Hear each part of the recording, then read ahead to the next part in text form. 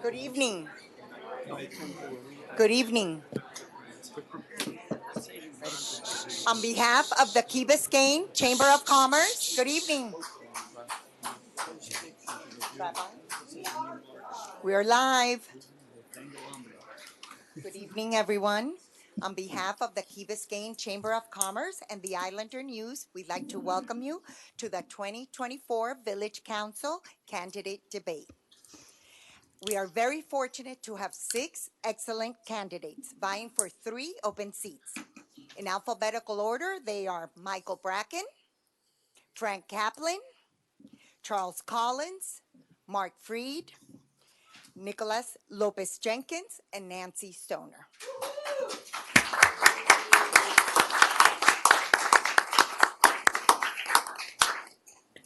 I would like to introduce Rabbi Caroline, who will conduct the invocation.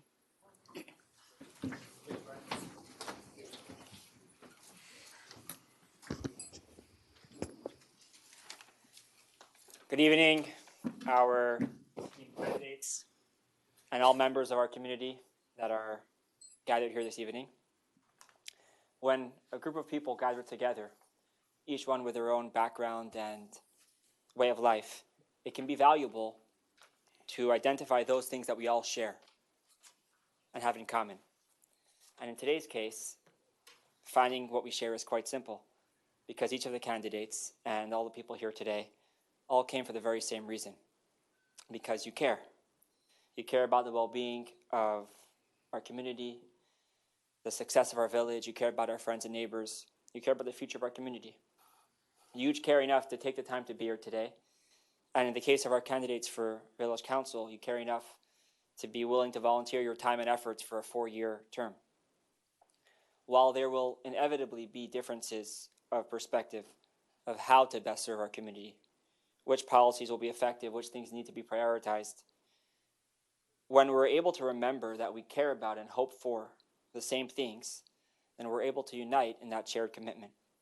And so before the exchange of views and ideas begins, we pause for a moment of reflection and prayer, and we call forth the best version of ourselves to approach this conversation with openness, humility, and a deep desire to serve our community. We just celebrated Rosh Hashanah, which is the Jewish New Year. But the words Rosh Hashanah more accurately translate into the head of the year. Just as the head provides vision, direction, clarity to the entire body, Rosh Hashanah provides vision and direction for the entire year. And similarly, in the Torah, community leaders are also referred to as heads of the community, in the sense that they are called upon to provide clarity, vision, and direction for the path ahead. So with this in mind, please join me in prayer to the Almighty God, that our community be blessed with leaders who are dedicated to serve. May they seek to learn from those whom they represent, listening to their voices, needs, and ideas and points of view.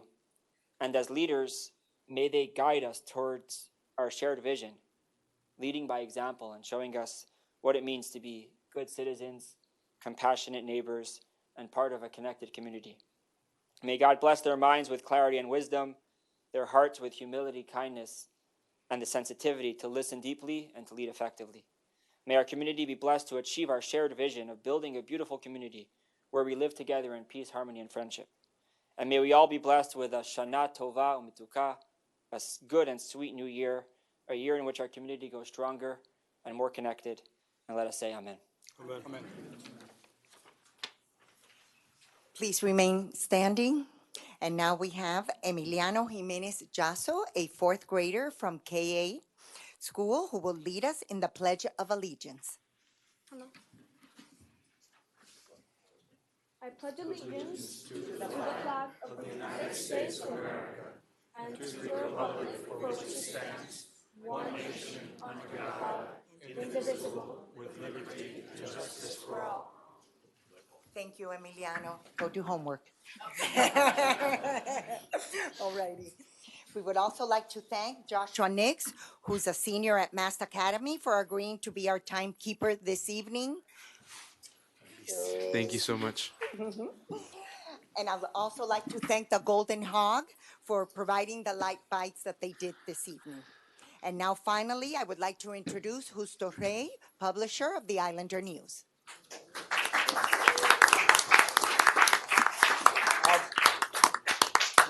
Good evening, buenas noches. I'll make this brief.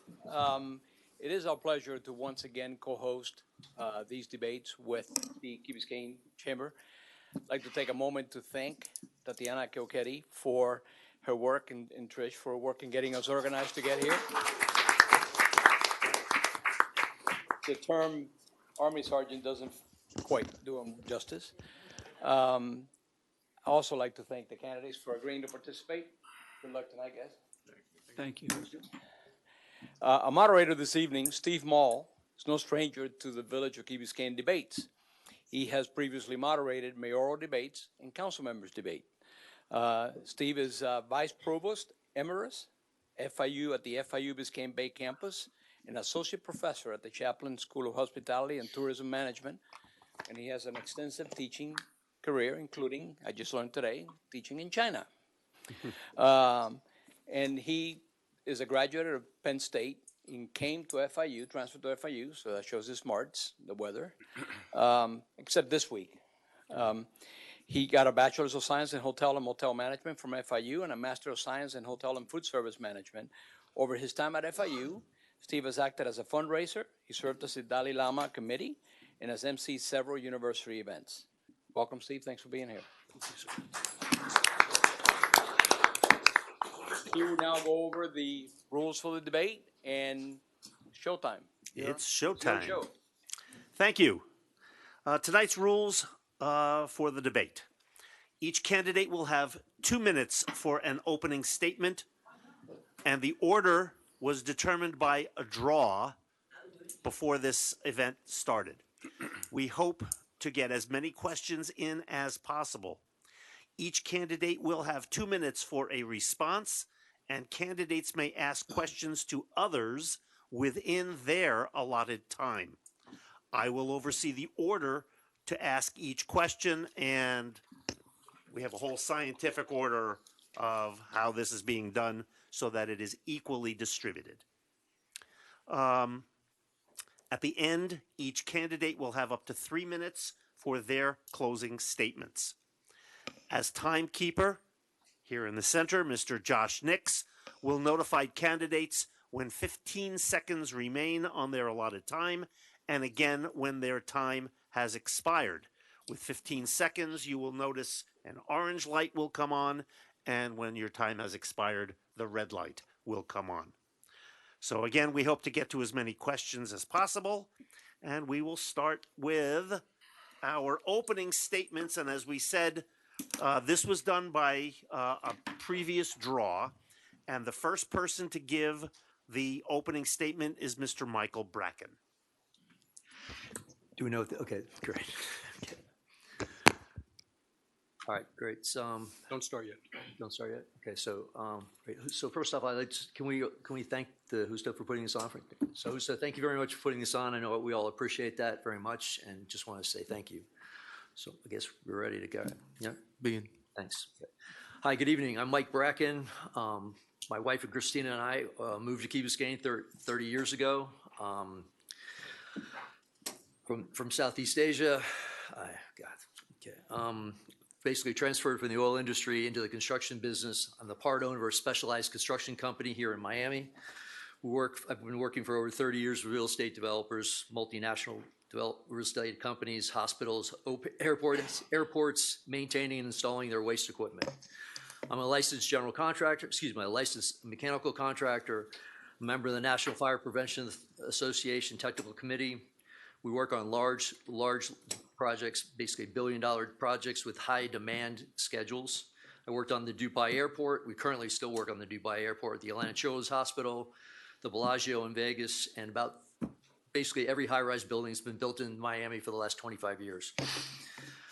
I was also the vice president of the Beach Club, where I worked on the financial overhaul of the Beach Club, actually with Nancy and with Mark, getting the Beach Club back to fully funded reserves and paying membership. I'm also a member of the, the Team Paradise, which is a sailing federation for wounded warriors and underprivileged children in Miami. I also served as Commodore of the Key Biscayne Yacht Club, and I still serve as the Finance Committee and the Membership Committee. But for the most important part, for the last couple of years, I was on the Underground Committee, where I learned how fragile our power grid is. We're one bad hurricane away from a major power grid 15 failure. seconds. I want to take control of our destiny. I want to underground the power. When we have power, things work. And I'm looking forward to your vote. Thank you very much, Mike Brackett. Appreciate it. Thank you, Mike.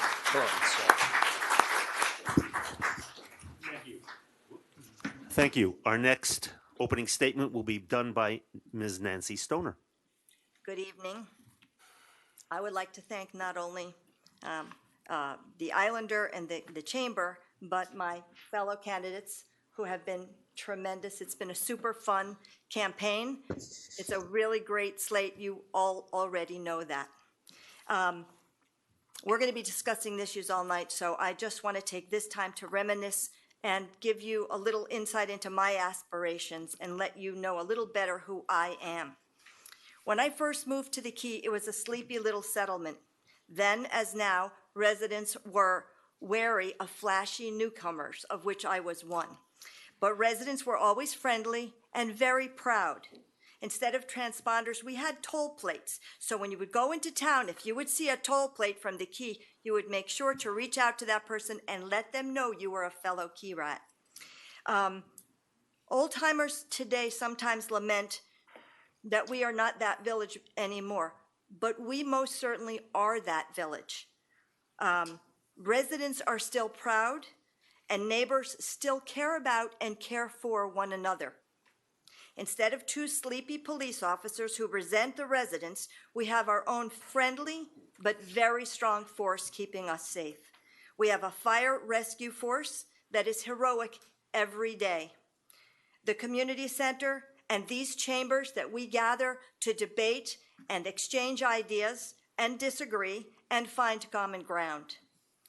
Some of you may be too young to remember or too new to the village to know that we didn't have sidewalks and we didn't have a tree canopy or street lights, and the center of the island was a mass of rotting trees, overgrown weeds, and rats. And look at us now. All these services and amenities at a millage rate lower than any other in the county. This all came about because of bold ideas, patience, and unrelenting determination. I commit to continuing in that tradition, to improve upon what we already have 15 seconds. accomplished, to work toward a safer, more responsive, more sustainable, and resilient future, and to spreading the warm and engaging community spirit that we all share. Thank you very much.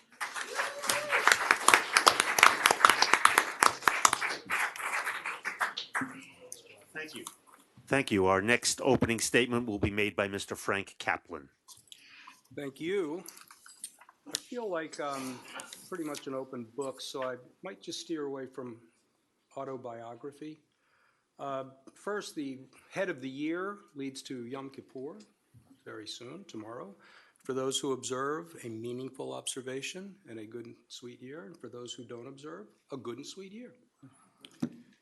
I think one of the positive experiences during campaign season is that we really talk with each other. We really test how we're doing, what we're doing, why we're doing it. That pulse of public participation quickens. It's good, and in fact, it's our tradition to keep this alive and vibrant when it's not campaign season. And I think an insight that I'd like to share is that it is one of the jobs of people serving on council to fuel this by engaging with people, by encouraging and stimulating public participation, always. It's part of the job. It's not just powering through agendas. That is the work that needs to be done, but keeping the community vibrant and engaged is a reciprocal responsibility that we all have. Doing all of the things on council during our term that involves good leadership, And that starts with being accessible, with outreach, with communication. Communication involves listening, possibly more than talking. Leadership involves paying attention to what you hear, absorbing it, thinking about it, and how it might affect your settled viewpoints.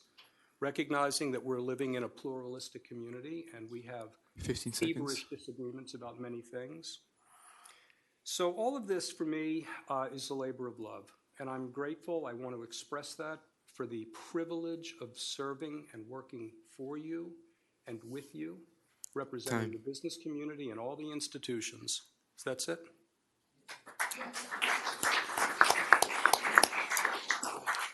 Thank you. Our next candidate's opening remarks, Mr. Charles Collins. Thank you. Can you all hear me? Great, thank you.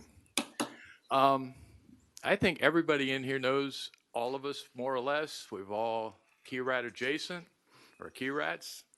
We spent time on committees on the island. We've done lots of stuff. And I'd rather give my time to the debate because I want to help Michael get wire in the ground. So thank you. All right. Thank you very much. Our next opening remarks will be made by Mr. Mark Freed. Good evening, all. Thank you very much for coming and listening to us tonight. I'm grateful and blessed that I didn't have the opportunity to see the key and remember coming here because I came here at 2 days old. My family moved here in 1951, and I asked people, what was it like the first time you came over through the toll gate, over the bridge, and you saw the bay and the ocean, and then through the park for 3 miles? I don't experience that, but I relish it every time I get to the toll gate and smell the aroma of the bay. I got to grow up on Key Biscayne when it was 200 families, and I saw the growth. My father was very instrumental with others on the Key in incorporation. He served 3 terms. He was very instrumental in acquiring the village green, but everything that my father accomplished in no way qualifies me to be on this dais. I like being up here, and before I spoke, I thought maybe we're at the top, and we are at the top. The council sets the policy. It passes the law. It's the body that creates the budget. But then I think, we're not at the top. You're at the top. You're our shareholders. You're our residents. You're the ones we're working for. And I'm looking and I want to serve you. I want to serve you because in addition to you as residents, my son and daughter-in-law live here. Alice, my 4-year-old granddaughter, and Sophia, my 6-day-old granddaughter, live on the Key. I want to keep it really good for them. Where's the time? So we're looking at what is it I want to accomplish. I looked at one of the 15 what we're seconds. going to be using later on as to our top 3 priorities, but all the priorities come under.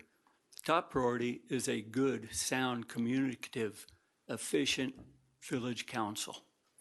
We can't accomplish anything without being effective Time. at the dais. Thank you very much. Thank you. And our final opening statement will be made by Mr. Nicholas Lopez Jenkins. Hello all, I am Nicholas Lopez Jenkins, and this is my second time around running.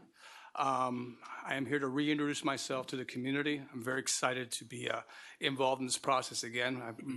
As Nancy had mentioned, we have a very impressive group of people running for council. It would be hard to make any bad choices. After falling a little short last time around, I see 2 of the people that beat me here in the audience today, by the way, but I've actually been well served by having lost. I think I've learned a lot. I made friendship with the people that ended up becoming members of council, and they've actually helped me move forward to gain positions of not only involvement in the community, but also of leadership as well. I made it a point to be involved in several civic organizations and be involved in the 4th of July parade, the Rotary Club with Mark. I've got to know him. In addition to that, I was appointed to the Virginia Key Advisory Board, which kind of gave me a more macro view of the issues that the island is dealing with as far as the causeway and things of that nature. I've doubled down. I've become involved as a parent. My children are older, who are 4 and 6, Julia and Frankie, and my wife Marina, who's been incredibly supportive in this venture. I'm looking forward to having a good discussion tonight. I think we're going to all learn a little bit about each other, how we work together. Because in the end, that's, like I said, we are a collaborative body. As a council, we have to look at the dynamics and the talents that each individually bring up to the table. So I think today will be a nice showcase, and we'll be able to show who you are to all of you. Thank you.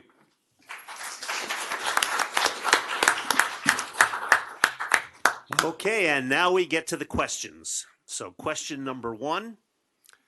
The village staff has presented 5 strategic areas of focus and 2 goals in conjunction with the 25 fiscal year budget. And they are, and all 6 of you have these 7 things that I laid out for you so that you didn't have to memorize it. Number 1 is a safe and secure village, ensuring community safety and safe streets. Number 2, a thriving and vibrant community with a local marketplace. Number 3, engaging and active spaces, special programs and events. Number 4, accessible connected transportation to alleviate traffic. Number 5, resilient and sustainable infrastructure and environment to reduce flooding and provide power reliability. Number 6, an effective and efficient government service. And number 7, communications and collaboration. So, which do you personally think are the 3 most important areas to concentrate on, and why? Now, please don't say all 7 of them, just the 3 that you think are the most important. We will start with Ms. Stoner. I was going to say all 7 of them. They truly are all important, and in some level they're interrelated. The resilient and sustainable infrastructure is obviously very important, and it's front of mind for everybody. We've all been talking about it, debating about it. My position on that is that we need to proceed with phase 1, which is undergrounding and the stormwater drainage, improving that in the school, what we're calling the school district.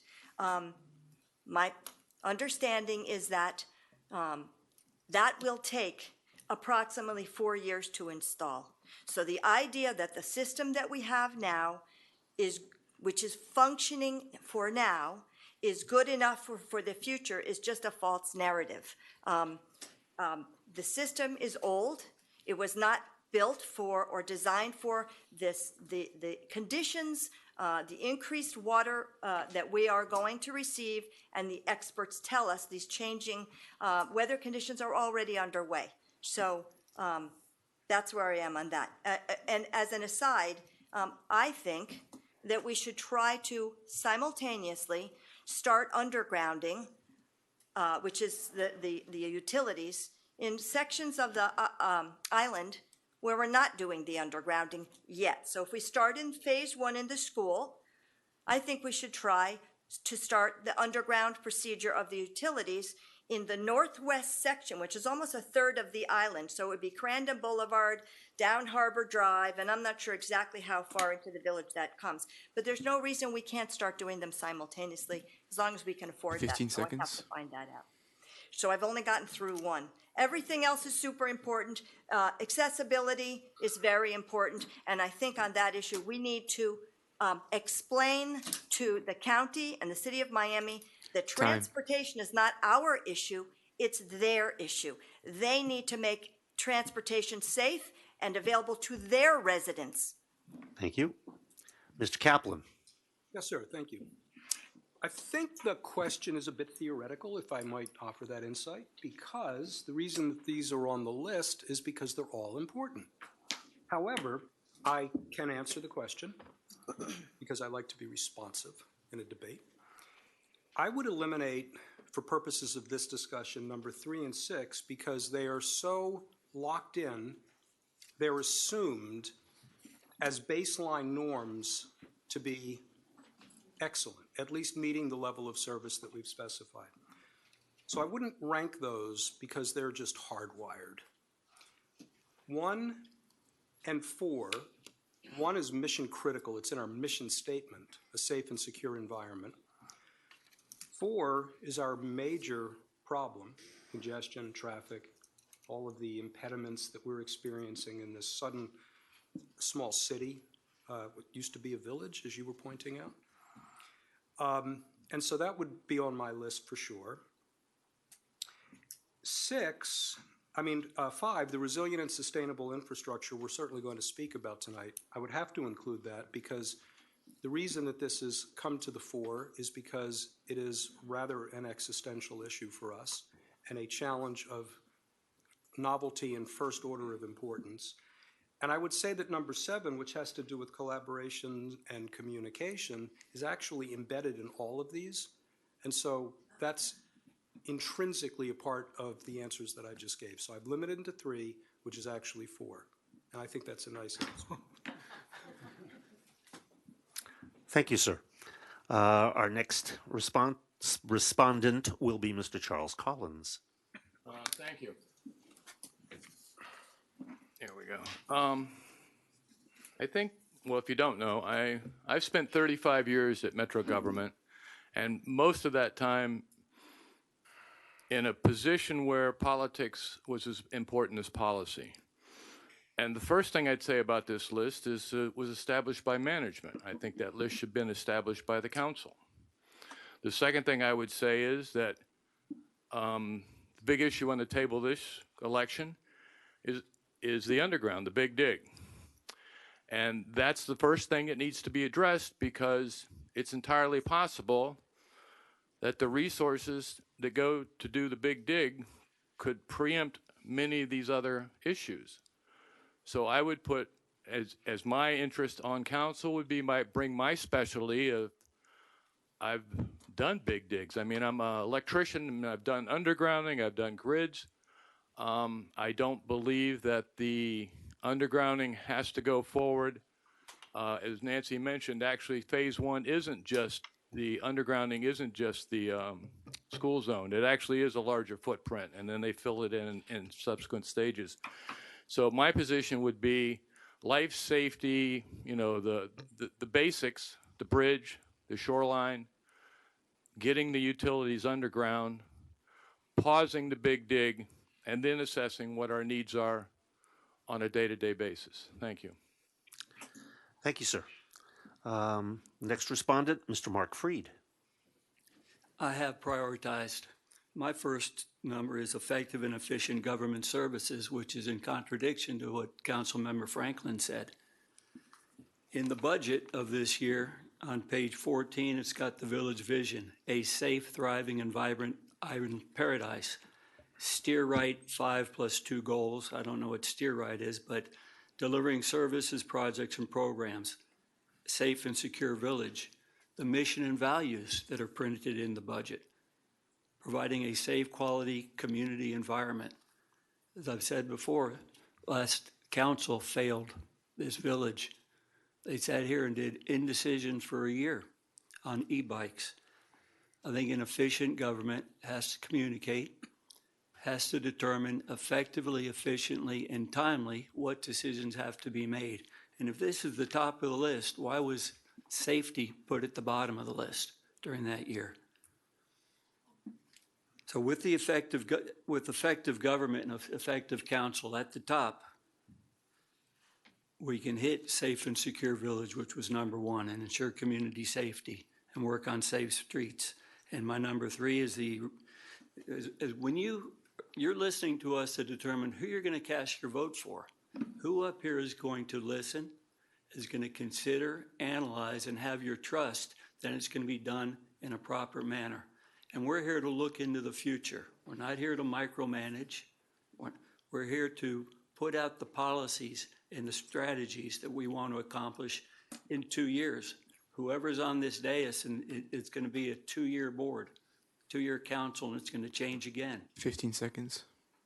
So those are my priorities and and with the proper council, the resiliency and sustainability is my 3rd preference. We will direct the manager how we want to proceed. Thank you. Our next respondent will be Mr. Lopez Jenkins. Having had a chance to meet a lot of new people, mainly through the school, through my children, through parents' events, stuff like that, you've seen such an influx of new arrivals into the Key. And I look at this list, and the reason people are moving here is because we have a safe and secure village. I mean, that goes without saying. I think Frank touched upon that. That being, I think without that, the other points are really meaningless.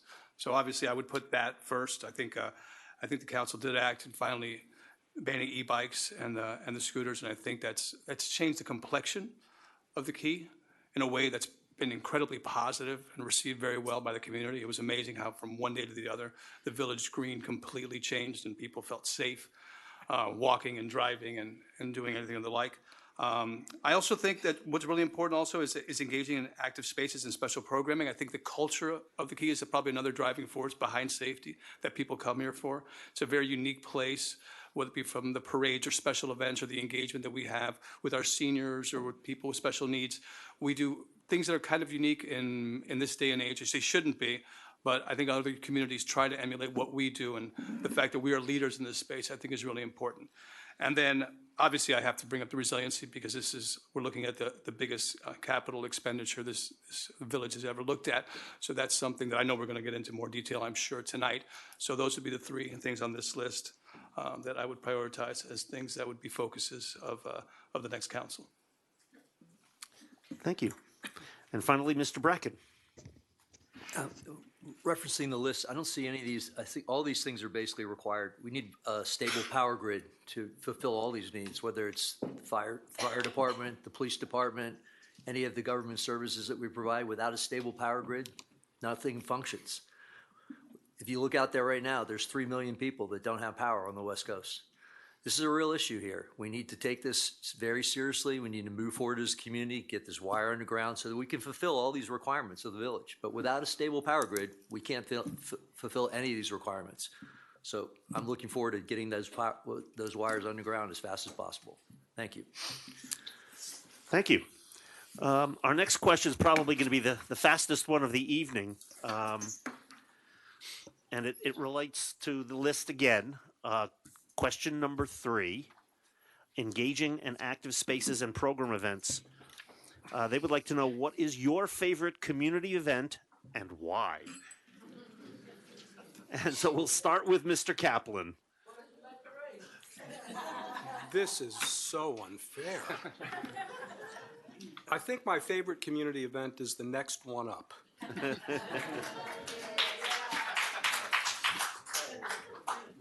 The truth is, one of the greatest things about Key Biscayne is the grassroots, homegrown, spontaneous magic that emerges from just folks. Every group that does whatever they do does it with passion and heart and a lot of intelligence, and they're all great. Thank you. Mr. Collins. All right. I got to go with the parade. When I was, as you all know, I was born and raised, and serendipitously, when I started with the Dade County Parks Department, one of my first gigs was the parade rented the stage and sound and generators from my department, and I was the lead guy. And although we had 6 parades that day, or events, I would stay behind and do this one because it was like this homecoming, this weird thing that, I grew up here and now I'm on the stage and I'm doing the show. I was the stage manager, and then for 1 year the band didn't show up, so I became the DJ, and so for 30 years that was my gig. So, and one of my favorite surreal moments this year when I was running for mayor, I rode the Harley in the parade as a candidate for mayor of the village of Key Biscayne, which has got to be at the top of my bucket list, so thank you. Thank you. Mr. Freed. It's got to be the 4th of July parade. I remember when the 4th of July parade was created by Art Yaley and T.O. Sykes, and they took newspapers and made hats. T.O. had a huge bass drum, and they didn't have a parade route. It's wherever they wandered to get to the yacht club for their next beer. And it was a blast. And the fireworks were at the yacht club for a time. At one time, the parade ended at the yacht club where the tennis courts are today. It was just a field of crushed rock. And a helicopter they were given rides for, I think, $25. It's my first helicopter ride. My father served on the 4th of July Parade Committee with, at the time, Dr. Hamworker was the president. They met at the Key Biscayne Hotel, very formal breakfast, and I became a pledgee. And if we served through 1 year and a parade, we got the red jacket. I served on the committee, became president, worked with Michelle, I see, with a big smile. It was just a blast. We had such a good time. We could ride our go-karts, our golf carts around as a parade official with a beer in our hand, run a stop sign, and the policeman would just go, oh, I didn't see that. And today my son serves on the parade committee. So it's third generation, and it's just a great day. Thank you. Mr. Lopez Jenkins. Well, I'm obviously going to say the parade. That goes without saying. See, my fellow parade members here. Every 365 days, Michelle gets to yell at me for about 6 hours. I know that's her favorite day of the year, too. But that being said, because I think my children are watching, I'm also going to say when Santa comes to visit. It's really a fantastic thing, and it's and he always delivers on that. So they're very happy if they're watching. I'm just saying hello. Okay. Thank you. Mr. Bracken. I'll have to agree with the group. The parade is definitely the most fun thing we do on the Key. I mean, it's a national event. The flyover is incredible. The fireworks are incredible. Just the community itself. We all get together, have a great day, celebrate the country. That's it. Thank you. That's all. Okay, thank you. Ms. Stoner? Well, you all picked the low-hanging fruit, so I'm going in another direction. Of course, those, the 4th of July parade and the fireworks are the very fabric of our community. We all love that. But as Frank alluded to before, we have the most incredible, talented residents with ideas, and they bring them to fruition. They come to council, they go to the foundation, and voila, we have some new activity. So I really enjoyed last year the film festival. It was fantastic, and it brought a lot of local talent up to our attention. It was just great, and I urge everyone to go in our new theater this year. This is our new theater, right?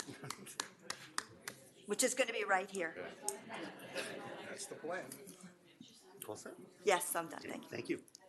Okay, we're going to move on to our next question. This is a rather lengthy question, and it has 3 parts to it. So I will try to be as clear as possible.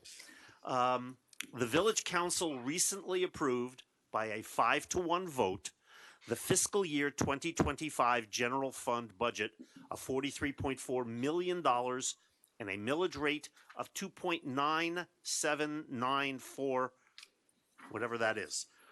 The new operating expenditures for fiscal year 2025 represents an increase of 7.3% from the fiscal year 2024 budget. The new budget includes operating expenses of $39.8 million with debt service of a little over $1 million and a transfer to the Pros Land Trust of $311,000. This also includes a transfer to the Capital Improvement Project Fund of $2.228 million. So this is a multiple part answer here. First part, if you had been seated as an elected council member and assuming you had studied the budget, how would you have voted for that budget? That's the first part. The second part is if you had said no to that vote, which areas of the budget would you suggest exploring to reduce expenses? And finally, in which areas would you implore the village staff to invest more?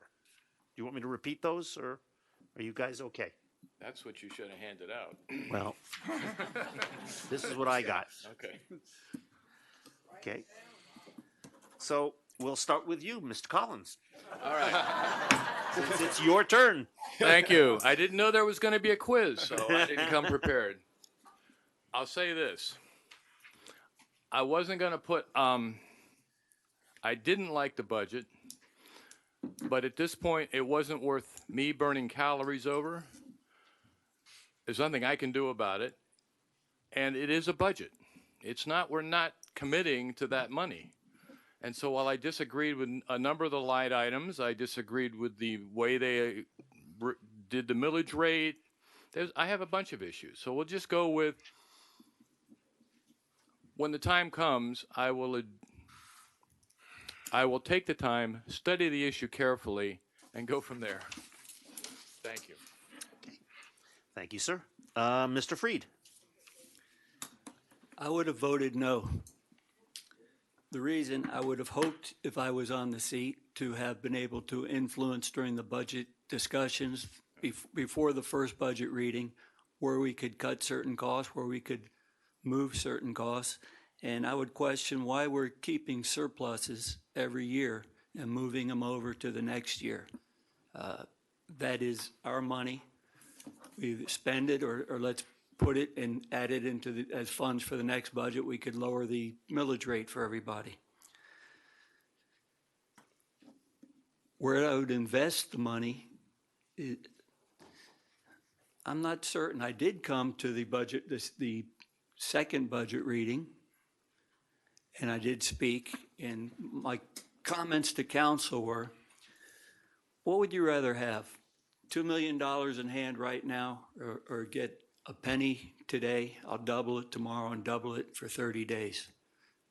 I remember being a kid and hearing that, I'll take the $2 million. Well, if you double the money every day for 30 days, you have over $10 million. I look at the budget and I feel like we're getting double pennied on this, and it's just creeping.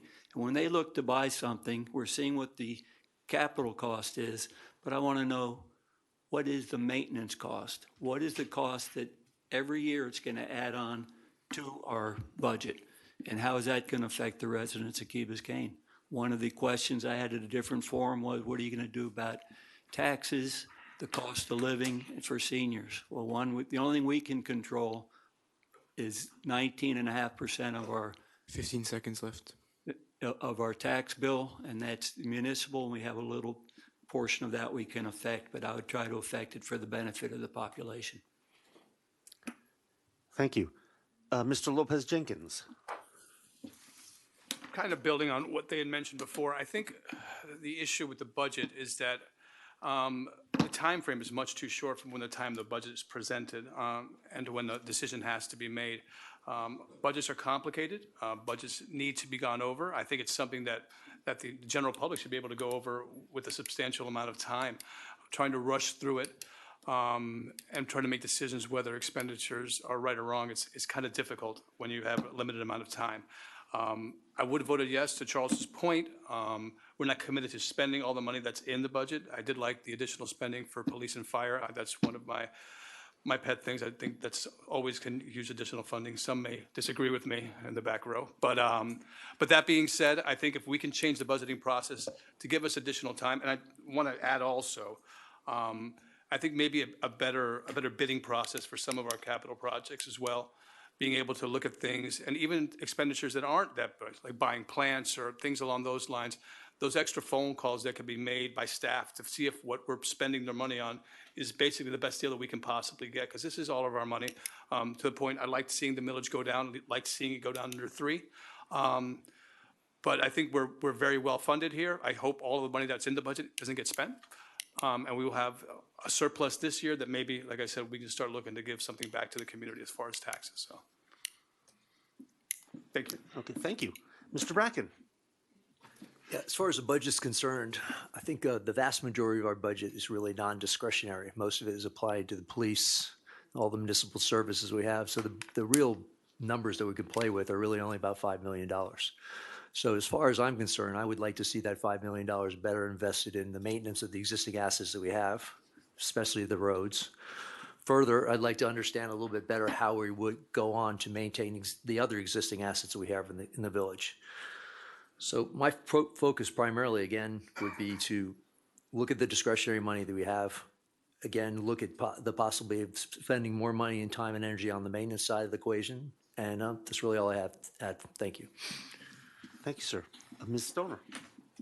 I pretty much echo what Mike just said.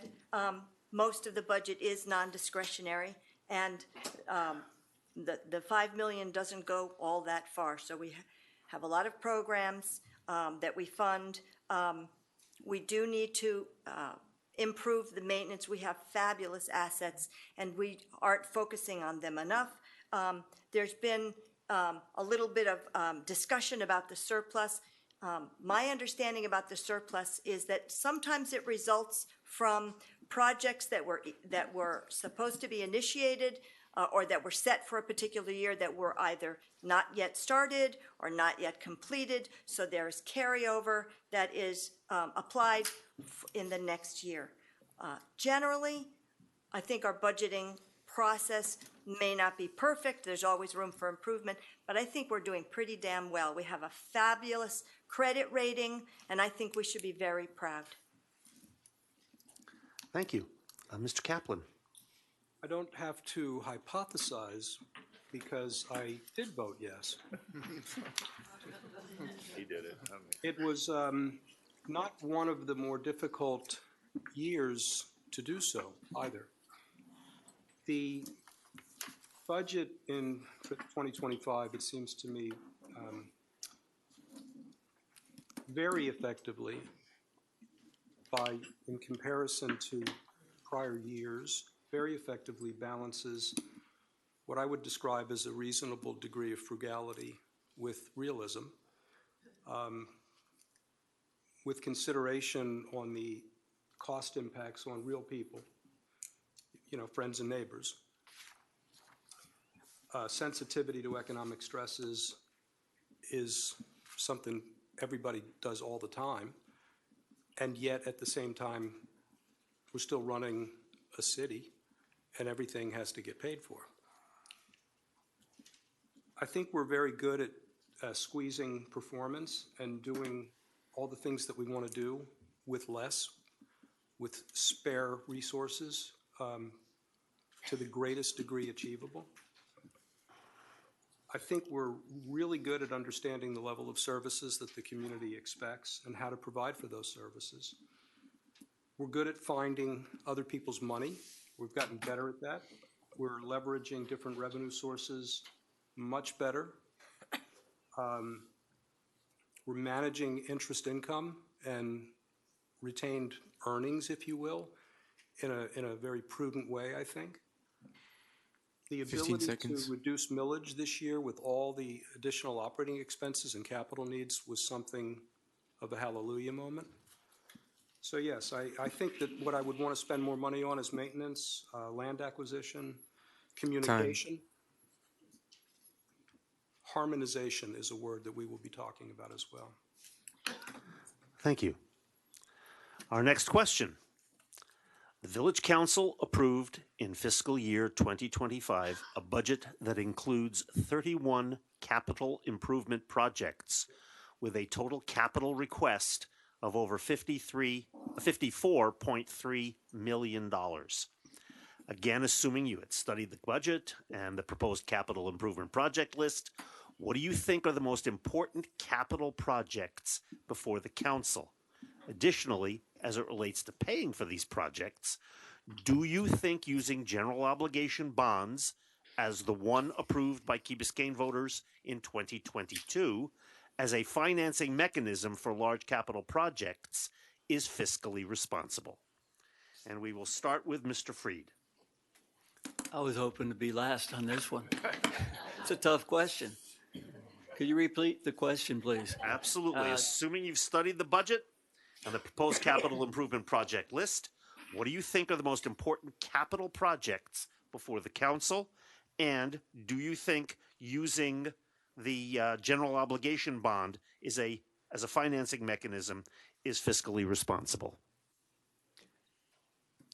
I did look at the budget. I studied the budget. I couldn't tell you three of the capital projects. Well, I can tell you three. One was $250,000 for a generator across the street. Another $200,000 for air conditioners, and that brought up questions of maintenance, life expectancy, who's looking at it. And there are capital projects in the millions and in the hundreds of thousands. One capital project is to go through and I don't know the capital project, so I can't answer that. Is it prudent to go to the general obligation bond? If the interest is good and we need that, and it's in the best interest of the community, and we're ready to take that step, and the council, whoever's sitting up here says so, I think that'd be a prudent way to get the funds, in addition to what Councilmember Kaplan said, other sources of income, which the manager has been very good at this past year. Thank you, sir. Mr. Lopez Jenkins. Well, as far as the capital projects, obviously the large ones that we're talking about are the resiliency projects. I think we've all come to the conclusion that as far as the undergrounding of the power, FPL is not going to pay for this. We're going to have to pay for this. I think it's something that this island has been waiting a long time to get done, and I think it's something that we need to move forward to. I agree that it's probably not the best time to tap into a bond, considering the high interest rate environment that we're in, obviously historically, but then again, that's never a prediction of whether the interest rates are going to go down or up in the very near future. As far as the other projects, as far as moving forward with Zone 1, with that project, like I said, we have some major questions that have come up recently. I think this new Dade County ordinance, we have to figure out if this project will even be able to fill the requirements of that project. I don't think at this point in time that project fulfills the water quality standards that Dade County is providing. I know that people have talked about possibly, I said, getting a waiver or doing something quickly so that it could get, before the ordinance goes to effect. I don't think in the long run that's something that we should be chasing to get underneath, a certain time limit to get something passed.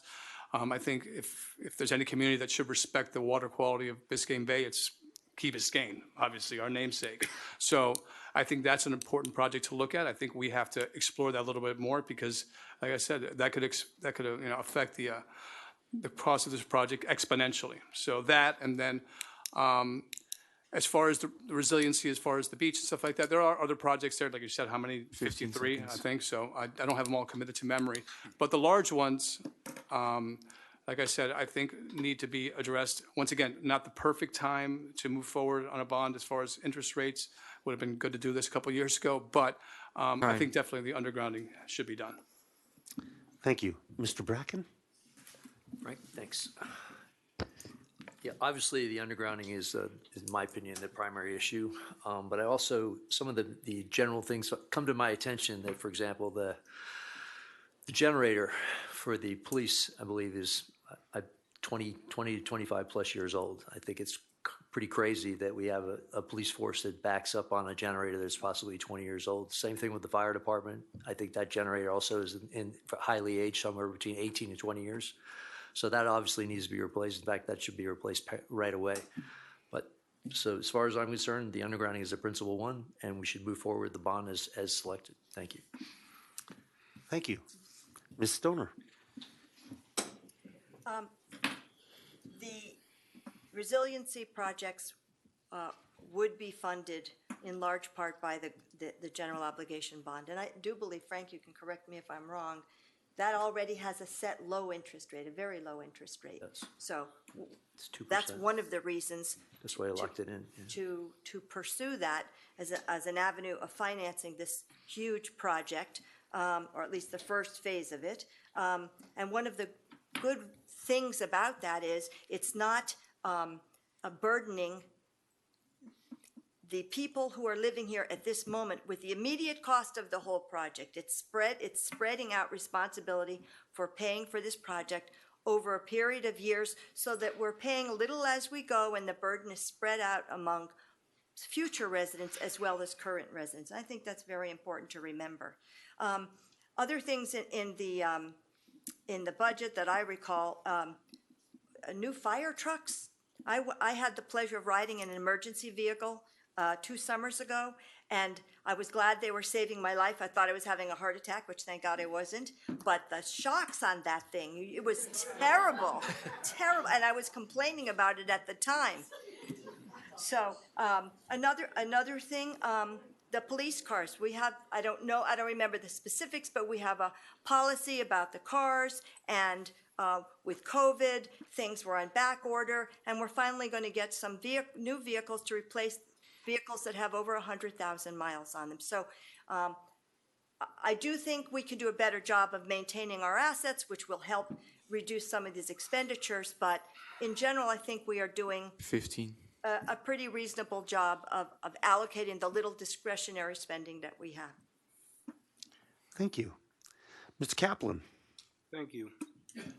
It might be good to start by observing where these projects come from.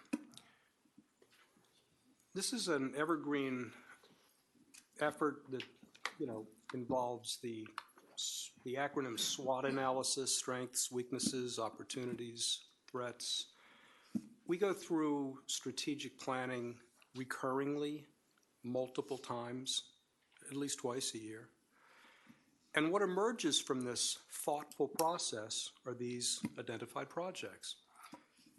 We always go through each and every one of them at budget time to determine which of the ones can be deferred or whether they're truly worthy and whether they're worthy of immediacy or kept on the list to be started and followed up over the course of, say, 5 years. And these are decisions. We go through it every year. The important ones this year that jump out at me have to start with the undergrounding. It has to then get to the beginning of the construction, the finish of the design and the construction of this phase one, which I don't think is foreseeably even possible to be derailed merely because of the water quality stricture. It has to be addressed. It has to be solved. I don't see that as a predicate for derailing this necessary project. The things that come up by way of maintenance and replacement are just how you manage assets. It's really difficult to determine not to replace an HVAC unit when it needs to be replaced. 15 seconds. Public art was allowed to become a bit debased. It needs to, there needs to be a better maintenance program. The GO bond is absolutely the right way to finance some of this. And just remember, we've got grants, we've got the revolving loan fund, and we've got the enterprise funds that pay for big parts of this. Thank you, sir. Mr. Collins. Yes, thank you. I'm going to back up and say, let's go back to the big dig. One of the big questions, other than the fact the math we're doing now doesn't really add up, that when they brought the Clean Water Ordinance forward, no one has a clue what it's going to cost. And I've talked to the experts on both sides. It depends largely on what that water quality has to be, and yes, it could derail the project, at least make it unaffordable. What's unaffordable here? I threw out the number of $1 billion just because I'm trying to imagine what number says, okay, this is not where we're going. Having said that, if we look at how the stormwater funding is taking place, it's mostly through the state, which apparently has a lower loan rate than the GOB. So this is definitely a GOB issue. And as I said in an earlier campaign, I would like to make my complaint with the original GO bond was it wasn't allocated to specific projects. It was just sort of a catch-all, the blank check. This is sort of the perfect hybrid opportunity that we can say, okay, we need, I think we're pulling 10 million, 14 million out of the GOB. Are you thumbs up or thumbs down on this project? And spending 14 million is the way you define it. The second half of it is that if we pull the electric out of the equation, I think electric is only about 11 million of that project. And as we said before, it's kind of a village-wide thing anyway. So we might not need to go to the GO bond yet. I certainly wouldn't be using a general obligation bond to buy a generator. That's nuts. 15 seconds. Thank you. Thank you, sir. Our next question, long statement, short questions. It involves Silver Sands property redevelopment. There is a proposal by Terra Group, a company led by local developer David Martin, to develop a 56-unit luxury condo project on the site located at 301 Ocean Drive. Of the project's 291,000 square feet, 240,000 square feet are set aside for residential units. The remaining square footage is reserved for green space and other amenities. In 12 days on Tuesday, October 22, there is an exclusive site plan approval meeting scheduled by the council as part of the process to allow the condo or not allow the condo. Now, assuming that that the election has occurred and you want a seat on the council, you're now part of the governing body who will approve or deny this site approval plan. Two-part question. Part one, are you in support of the Silver Sands redevelopment as proposed, and why? And part two, if you would vote no, what would need to change for you to endorse the plan, or what would you envision being a proper plan for this 301 Ocean Drive property? So our first respondent will be Mr. Lopez Jenkins. The answer to part one is yes, I would be in support. Obviously, like most people in this room, we are incredibly sentimental when it comes to Silver Sands, but we all knew that this day was coming. Anybody that got a chance to take a look at the renderings for this new project or has ever seen a Terra Group or Mr. Martin's projects around the city realizes that everything is top-notch. It is going to add a tremendous amount of value to our property values here, to our tax base as well. He has also made a commitment to help with some of our resiliency projects. So I guess we'll find out what that will be happening coming next week. So once again, from a sentimental side, sad to see it go, but happy to see the additional tax revenue that it'll generate. I think it'll be a signature project here, one that, like I said, will draw the envy of many communities and maybe make all of our spaces here a little bit more pricey in the meantime. So that's my opinion.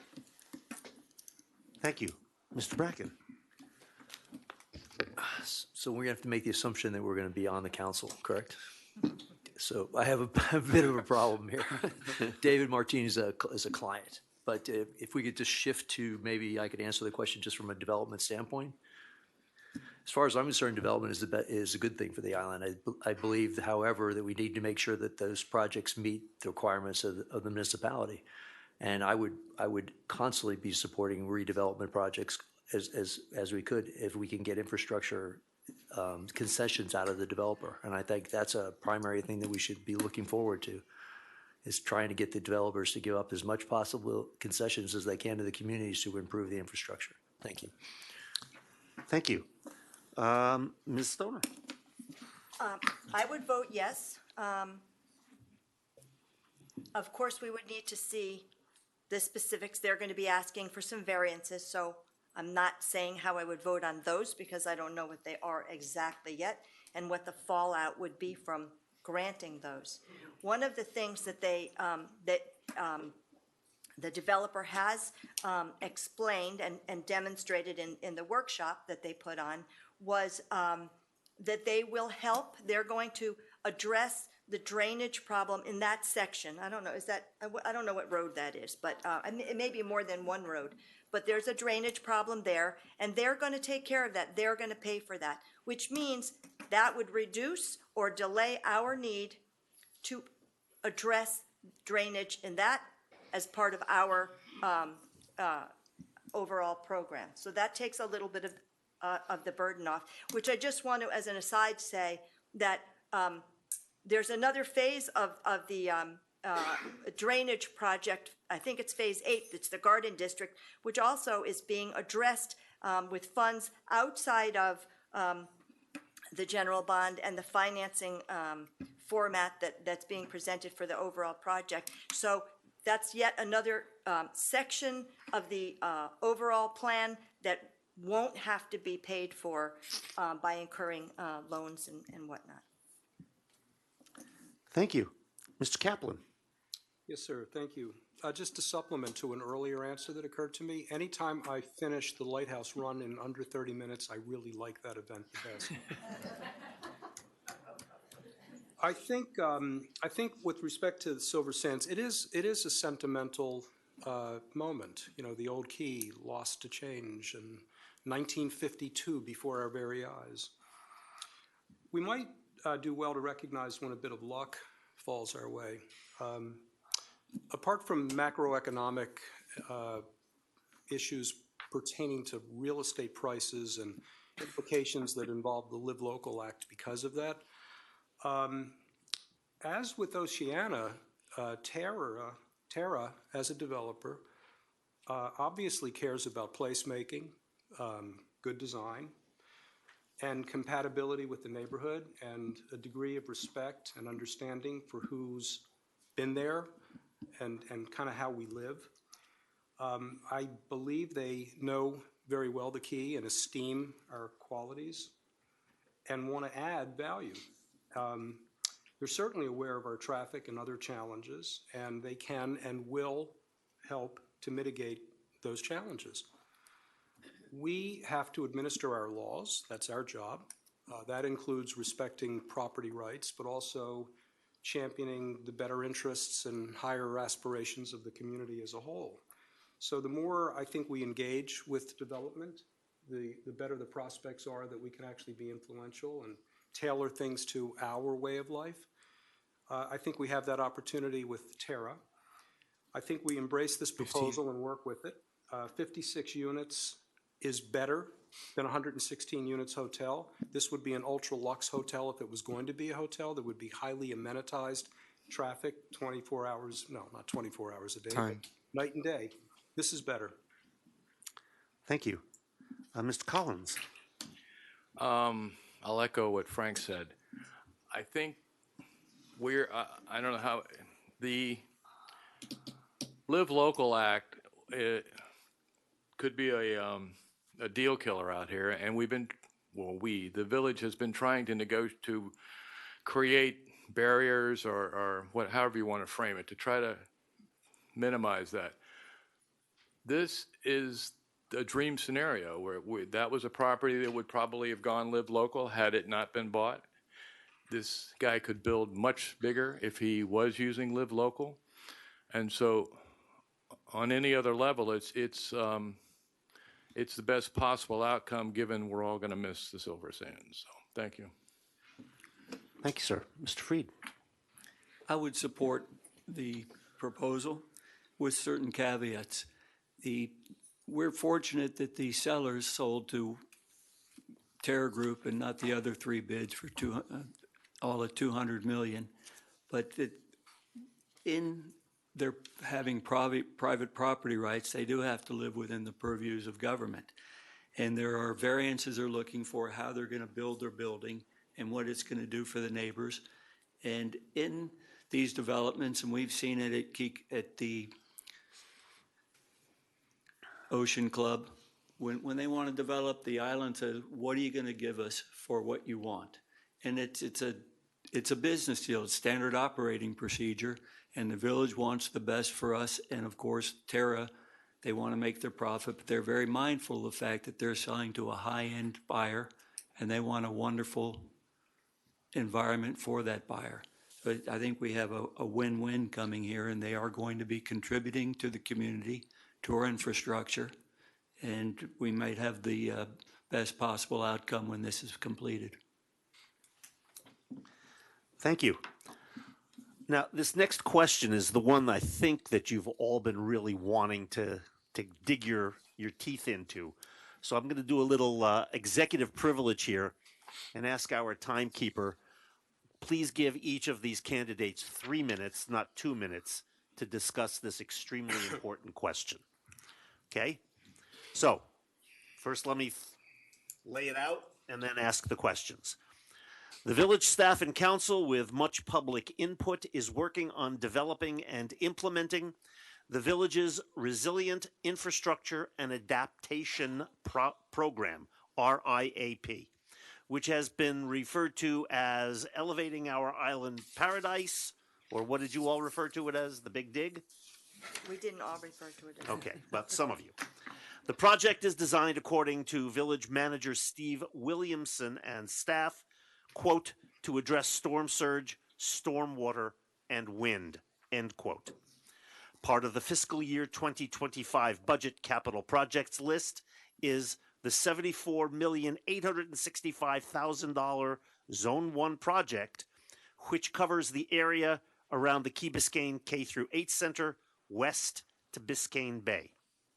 The plan being designed looks to reduce flooding, improve the roadways and underground utilities to enhance safety and aims to reduce damage to homes and the school in the event of flooding and or a storm. Again, this is a multiple part question. 1, are you in favor of this Zone 1 project and why? As a seated council member, what do you think based on your past experiences you can contribute to the council that will help the decision-making process? This 3-part question. Number 2, would you support, as many in the community and council have suggested, to conduct a thorough study of the village's gravity wells that are part of the existing infrastructure system to determine if the system has reached the end of its useful life? And 3, the gravity wells system has been described as possibly becoming obsolete as sea level and groundwater continues to rise. Do you agree with this premise? So we will start with you, Mr. Bracken. Thank you. So I'm in favor of bifurcating the project, separating the undergrounding process from the flood control process. I believe that we should audit the existing system that we have to determine whether it's working or not working, service it, get it up and running, and see how it works. Secondly, I would recommend that we do a peer review by another engineering firm to validate the information that's been provided by AECOM. I believe it would be paramount that we get good benchmark information and that we go through the calculations and verify that those calculations are good calculations so that, one, we know that the project's been designed correctly. Just as if you were going to get an operation, you would want to get a second opinion. I believe that's necessary, and I think we should do that paramount right away. So those are my recommendations. Thank you. Thank you. Ms. Stoner. I think I've already said I'm in favor of proceeding with the project with certain caveats. I agree with Mike, and I have been discussing this with people, that I believe a peer review is prudent. And in the construction industry, whenever there's a design, there is always a peer review. I know that there either was completed or is underway now a cost review. So I would like to see that to compare and make sure that we are getting the best value for our dollar. I'm in favor of surveying our current system. Our current system is going to have to continue to service us until the end of its useful life. It's not, I don't believe that it's at the end of its useful life. The estimates are that sections of it may have up to 15 more years left. But to do the school zone, it will take at least 4 years. We don't know if we're going to have to do more zones than that, but if we don't, we need to rely on it, and I think it would be smart to get a good understanding of what is there and what needs to be repaired. That's my answer. Okay, thank you. Mr. Kaplan.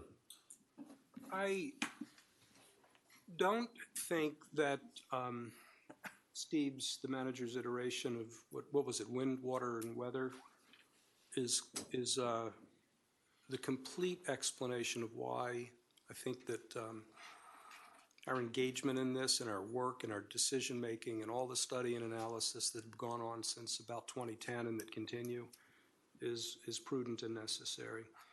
Because in addition to wind, water, weather, and being able to remain sustainable, I think protecting our investments, protecting our reputation, drawing interest from investors into this community requires that we take steps to demonstrate that we're committed to a sustainable future. So there's that as well.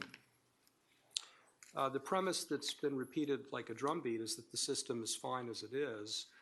This gets to your second question, whether, I think your second question was whether the gravity system is adequate. We've been analyzing this for a very long time and debating it as we've gone. We continue to hear the same thing repeatedly and I think consistently. The system is maintained intensely, beyond normal standards, recurringly, and the system is not up to the task. It's old, Some of it is 30 to 50 years old. I think one outfall is new. The pumps are old. The piping is old. And gravity, I think, is by consensus not the answer to the problems that we're going to face in the near term, much less the long term. I think responsible governments everywhere are basically dealing with the same problem and coming to the same conclusions, bearing in mind what's going on with weather and water. And so we'll be discussing, I think, much more in detail in October 23rd, the alternatives that would possibly enable us to deviate from these decisions. None of them are good. And we're gonna have to hear more about cost associated with the alternatives that are bandied about.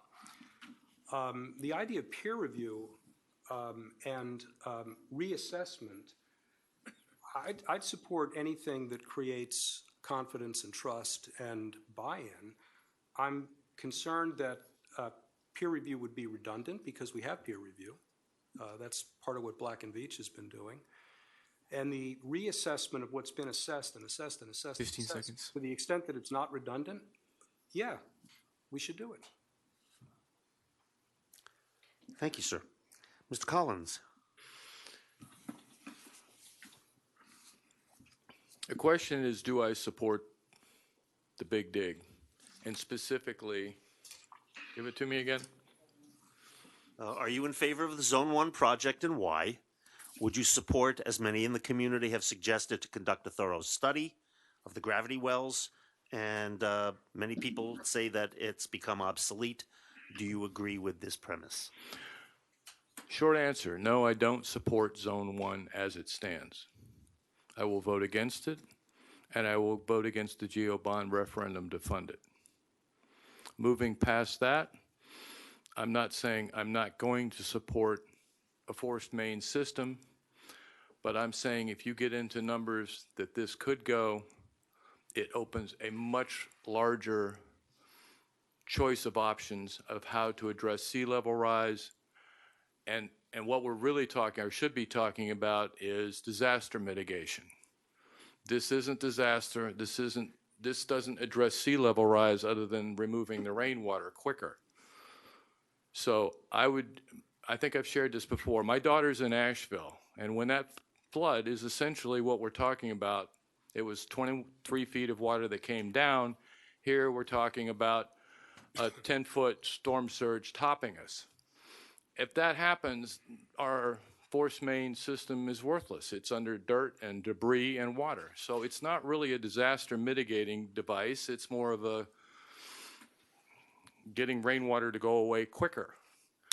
And why are we doing that? Well, we've got, let's look at foundational issues. When we're getting into these kind of numbers, we can start addressing foundational issues of what's wrong with the island from the get-go. Why would, we're talking about a finite number of low-level homes. So I'm not in favor of the big dig right now on that. I am in favor, as we said, of bifurcating it. They're not overlapping. And I want to see what it would take to put our gravity system back in operation for 10 or 15 years.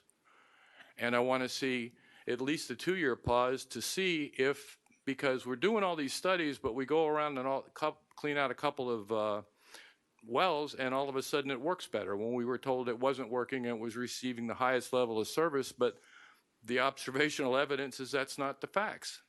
So at least a 2-year window, let's go through 2 rainy seasons, really focus on doing what we should have been doing all along. Sea level's not going to come up more than, an inch and a half or something in 2 years. I think we can afford to wait. Thank you. Thank you. Mr. Freed. I think I'd need to have 3 degrees, hydro, electrical, and mechanical engineering, and have attended every meeting and read every document to tell you whether I'm in favor of this. I am in favor of going hard at the undergrounding and separating it from the water removal. I do agree that we should have a study on the gravity wells, make certain that our gravity wells are inspected, and we're told by engineers that they're at the best capacity they could possibly work, determine how they're going to continue to work. Once we see from experience what is happening, we can continue to study the alternatives as Frank Kaplan mentioned. And at one point, three of us are going to be up on the dais making that decision. And when we have all the information, determine where the money's coming from, determine whether the technology we're putting in today is going to be adequate at some point in the future when it's really needed, are determinations that the council will make. Thank you. And finally, Mr. Lopez Jenkins. Well, I'll answer the second part of the question first. Yes, I'm in total support of doing an audit on our current system. I think any kind of capital expenditure, especially when it's replacing a system that you already own, that's already in use, the responsible thing to do, it would be to take a look at it, put your head in the hole, like my dad would say, a former Durham employee, and see what's going on. To that point, moving on to the first question, I'm going to bring it up again because I think we're a little bit in limbo as far as the price of this current project. Okay, it's priced at $74 million. That started in the 30s, I believe. This ordinance by Miami-Dade County could raise our pricing exponentially. Okay, and to copy what somebody else said, there'll be a tipping point that it reaches a price. If it does, that people who support this project won't support it anymore. So I think it's important for us to do an educated decision to know exactly what this project will cost. Additionally, the project, the level of service that we've chosen, requires additional outfall into the Biscayne Bay. Outfall that, unless something has changed in the past couple of days, we have not yet secured. Okay, what is that going to cost? How are we going to come up with that, with those outfalls? I've heard people mention eminent domain. Like I said, I hope that's not the route that the village is looking to do. I would not be in support of that at all. I think that would be a heavy-handed way to accomplish a project that maybe we have to be more creative in looking at. So peer review, I think, Michael, I think that's fantastic. I think we all agree with that. There is a redundancy to that, but I think the point of peer review is redundancy, is having the same opinion over and over again. Just like I said, then you know something is consistent. Finally, all that being said, we have a flooding issue in the K8, Section 1, whatever you like to call it, area. We've had it for years. It's something that has to be dealt with. Nancy mentioned what we're doing in Zone 8, which is where I live in the Garden District, of putting actually pressurized pumps onto some wells. They can increase the capacity of gravity wells 3, 4, 5 times. It can be done within less than a year. It will be a cost, but it's something that if this project, due to legal wrangling or due to cost overruns or possibly budgeting things, this is a way to provide some relief to that area now. It is an embarrassment that our kids have to go to school in a flooded area, that people have to move here. I've knocked on all the doors, as some of the people that are here know that. I've knocked on their doors, and they've shown me how flooding affects them. And this is not something that it needs to be dealt with. So I think that if we can find a way in the short term to help relieve some of that pain in that area, and then, like I said, when we get more substantiated pricing on this project, then we can come to a rational decision on level of service and also on moving forward. Thank you. Thank you. Do I have any time left on my answer? I don't remember him calling time. Don't remember. You had time, yeah. Do I have time left? Okay. As we were discussing this, I remember a little thing I have on my computer that's, I don't know who the quote is from, but facts are always available in greater number than demand. The facts are as follows. The experts, not we lay people, the experts tell us we will be getting more rainfall. And the experts tell us that our system does not have the capacity to handle and drain the water that we will be getting. What's unknown is exactly when that's going to happen, but it is going to happen. And we see it happening gradually now. I don't remember ever having king tides when I first moved here, but we have king tides now. I also don't remember when I moved here having the 15 seconds. We also had every summer day a 15-minute, 30-minute rain, and now we don't have that in the summertime. Now we go weeks without rain, and then we get a storm. So the weather is changing, and we shouldn't conflate the hurricane issue with the drainage issue, the rainfall issue. Thank you. Okay, the next question. This is a 2-minute answer. The remainder, other than the closing statement, are all 2-minute answers.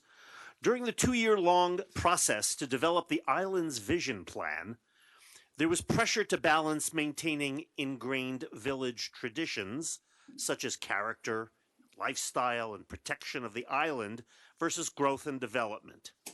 So, going back to the vision plan, which some residents refer to as the 2040 plan, how would you work to balance these two apparently conflicting points of view, preparing the island for changes in the future while maintaining the charm and character that makes Key Biscayne amazing and special?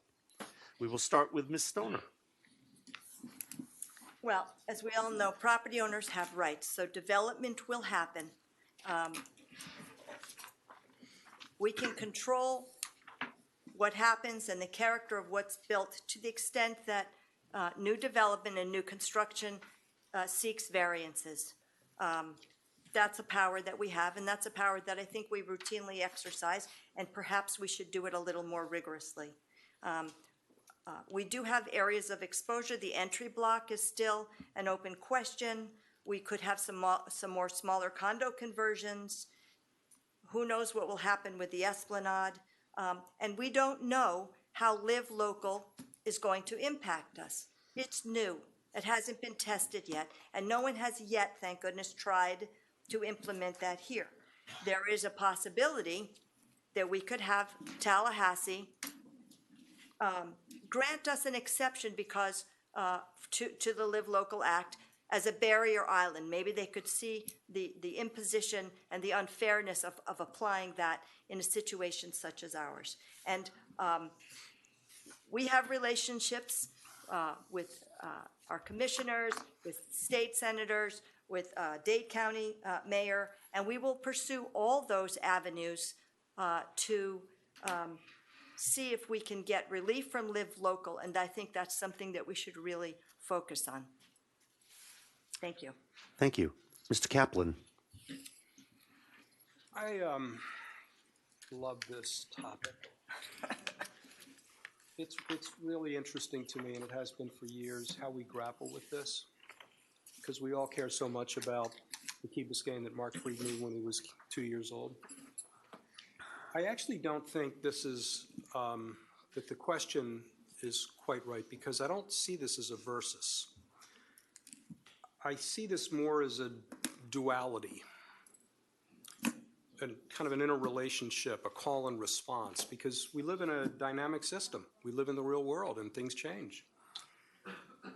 This isn't the Truman movie. So what we do is we react. You know, we have standards. We care about the way things are. Sometimes we feel resentment and threat because they change. We do the best to mitigate the adversities associated with change and try, as we were speaking earlier, about being influential to make change happen in the best achievable way. You know, it's interesting to me, for all of these years of working on preserving and recognizing what we treasure, we tend to be rather libertarian in regulatory prescription. We don't like architectural standards, for example. So we do more nuanced things like influencing outcomes through incentives. And then we revisit whether they're working well or not, and we typically find that we wish they were working better. So we go back to the drawing board and improve and do all of that. And it's an endless process. 15 seconds. I think the most important change is actually not development, it's just the organic population growth. And the biggest challenge that I see ahead of us is inculcating our values to newcomers that didn't grow up here and may become Time. an enclavish background that's not so community embracing. Thank you. Mr. Collins. Thank you. My family goes back over a century, and in South Florida and Miami and the Grove and here. And I think the one constant is change. And developers, for better or worse, if developers are pressuring you to sell, you live in a good neighborhood. So we're always going to be under horrendous developmental pressure. It's how we handle that. I don't think we can I'll be honest with you. I mean, we're talking about the big dig. I don't think we can preserve the Mackle homes as they stand now. What we can do is we can time our development to coincide with the market. If we're going to harden the island, we can harden our building codes to make, as the market gets these low-lying properties off the market. For example, we don't even have permit tracking on the island. So that's a simple thing a lot of communities use to control the development. It stays the same, but once that house hits that 50% mark, it has to be brought up to the current codes. And in a lot of our cases, that would take care of two problems. We could still maintain the residential neighborhood feel, and at the same time take pressure off of sea level rise issues. What was the other point of this? Oh, you're mentioning we could be more like the Keys. Well, we brought that up, or I brought that up at a council meeting 2 months ago, that the Florida Keys has had special treatment from the Live Local Act to help development, or limit development. And she has told us that because we are a barrier island with one way in and one way out, that she will bring 15 that before the legislature in March. So that's a move in the right direction to try to emulate the Keys that's used this policy to try to control. But we will be the only other exception. She said no more barrier islands, so that's it. Thank you. Thank you. Mr. Freed. Well, the balancing of the traditions, characters, and lifestyle of Key Biscayne is very relative. What those traditions and lifestyle are for me, who've been here for 72 years, are very different from the resident who moved here 5 years ago. Growth is for real. It's coming. How is the village and the council going to allow this growth to occur? I looked at the vision, the last vision plan, and the descriptions and the pictures that were in the pages of the entry block was a 3-story complex, retail and residential. I go, well, that's not going to help balance anything because we already have a problem getting in and out of the Key. I saw l'Esplanade in the vision plan. It's to make it a mixed use and a retirement home. What's that going to do for the village? Each thing we do, what we're looking at, each person every day has something that's a little nick, a little something. Neighbors of mine said, why are all these cars parked in the street? It's become more and more prevalent as families grow here. That's a change.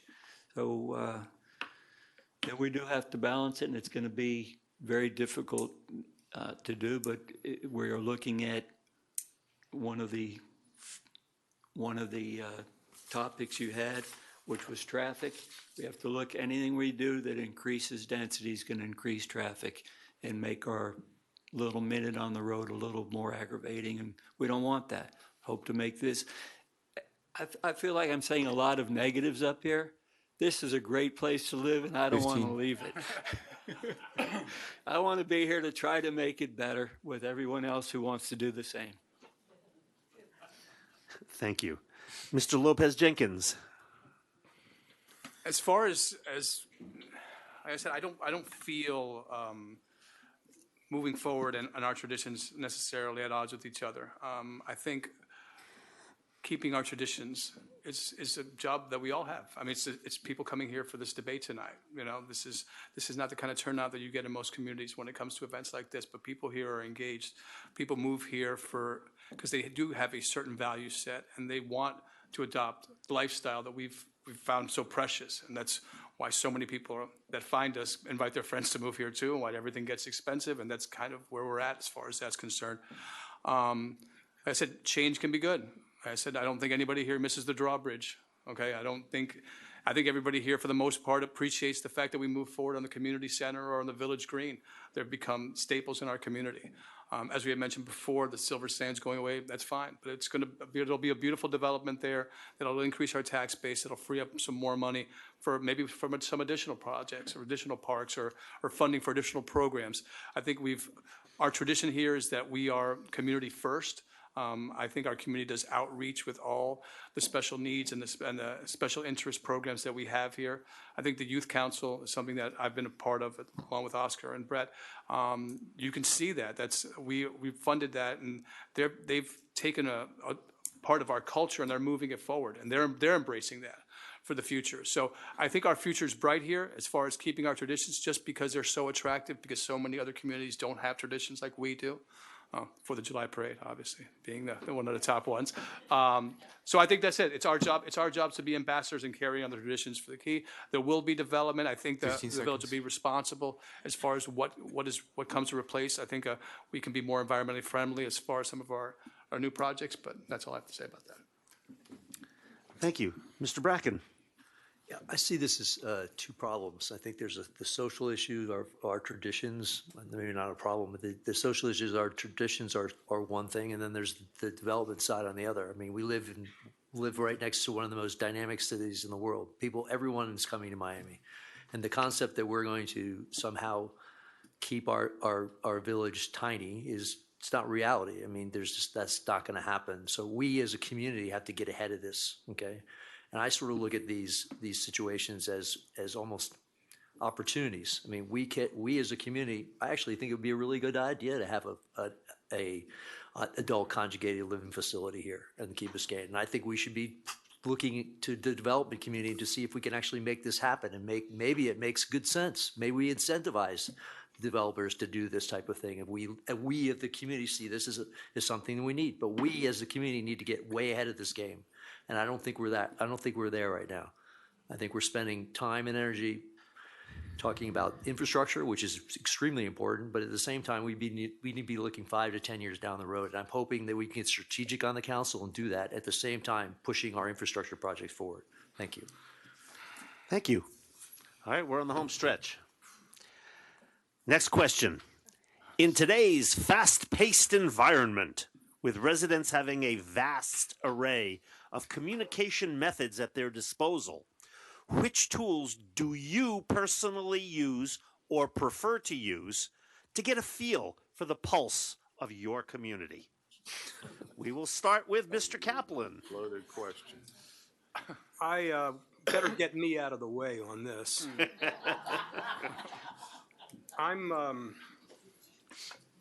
The answer to the question pointedly is I rely on personal interactions. That's the way it works for me. That is my wellspring. I'm not much of a social media maven. I have a mechanical typewriter that I still use. I handwrite, as Michael has observed, handwrite thoughts very often. The best source of information for me has always been to talk to people. I guess I'm going to stick with that. It works for me. Thank you. Thank you. Mr. Collins. So I think I shared I was a broadcaster. I am a broadcast engineer, so my favorite media is broadcasting. And to that end, on the key, I think social media is the modern version of broadcasting.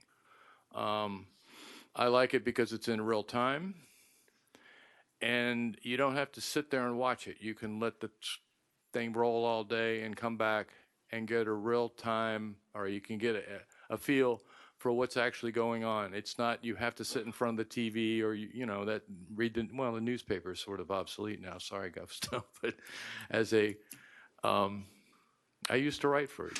I think the editorials are great. I don't know how you can. It's just that the pace of technology now is so fast that without social media, and it's just, I don't see how anyone could keep up.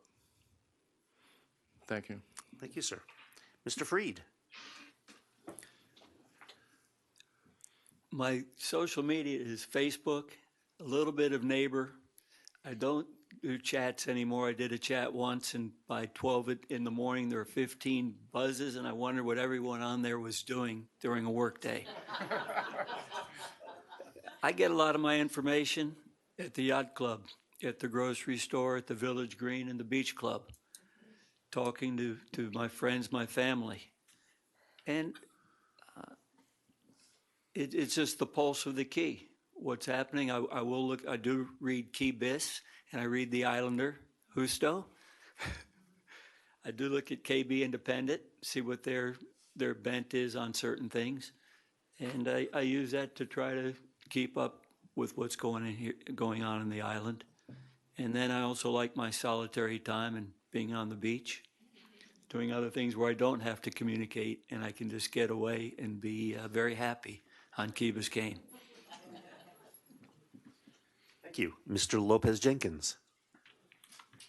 I was going to definitely mention Who's Still the Islander, my favorite form of media. That goes without saying, and the radio as well for Manny over there. I will say I don't have a social media footprint anymore. My social media got hacked several months ago. So if you bought Bitcoin from me, it wasn't from me; it was from somebody else. Sadly, that actually did happen.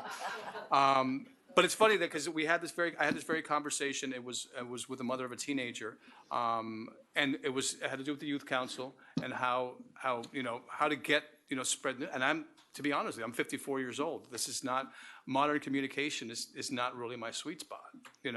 So I think as far as if we're talking about actually communicating island news or council news or whatever, we have to be creative. We have to be in front of. We probably have to hire really young people that are really savvy, knowing how to get the message out there. I think being able to engage younger people. But I'm going to piggyback on top of what Frank said and Mark said or whatever. I've always been a person.